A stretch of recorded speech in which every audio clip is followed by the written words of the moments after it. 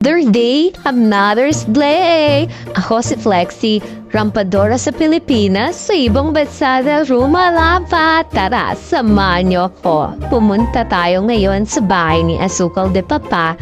Dahil sa Asukal de Papa na naman, ay minessage niya ako dahil wala kaming pasok ngayon. At minessage ko din ang aking inay. Inay, sasama ka ba? At ayun, sumama ang aking inay. At patuloy pa rin kami sa aming biyahe. Yan, aura muna. My friend, you love my papa. That is the room of my papa.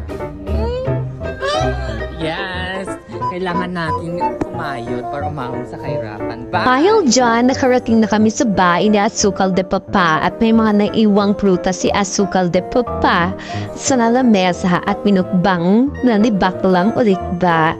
Ayan na, pagkatapos naming minukbang, may message ko nga si Asukal de Papa kung nasan siya at ang sabi niya sa akin, andito ako sa karagatan, Jezebel, naguhuli pa ako ng isda. Kaya naisipan ko maglinis ng kanyang bahay kasi apakadumi. Biruin mo mag-isa lang kasi si Asukal de Papa dito, kaya as a wife, kailangan nating linisan para pag-uwi ng ating asawa ay malinis na ang kapaligiran. Pagkatapos na yan, lilinisin ako na ang lilinisin niya. At yan,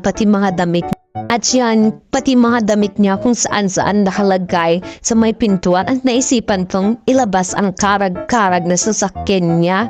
Unfortunately, hindi siya gumana kasi hindi siya na-charge. Kaya kaming dalawa ng inay ko ay naglalakad-lakad sa lugar ng mayayaman. Sasampalin ka ng kahirapan ng mga bahay dito. At ayan si Goldilocks, ang aking inay. Aura dyan, aura dito. Siya po ang nag-iisang tangled ng sanlibutan. At nakakabilib ang mga bahay dito kasi halos lahat ng bahay ay may kanya-kanyang yate. Ang sarap maging mayaman. At dahil dyan, nag-anumayin kami ni inay kasi ang akala namin madaming borto sa karagatan. Yun pala, naabutan lang namin ang dalawang Britonya na babae at saka lalaki sa likuran. Zero balance. Kaya yan, napag-isip-isipan namin ni inay na bumalik na lang ng tahanan na kung saan hinihintay ko pa kasi si Asukal de Papa. Kasama niya kasi ang kanyang mga barkada sa karagatan dahil namuhuli sila ng isda.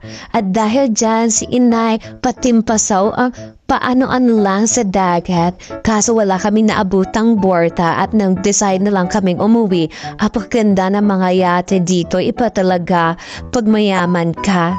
Alam mo ba, lahat kaya mong gawin. At may bata dyan sa gilid. Oh my God, asarap kayo maging mayaman. At naisipan na lang namin ni inay na mag-swimming. Bigla niya akong tinulak yan. Ah! Shoota! Ate ko, wag ko pa, mag-floating dagat.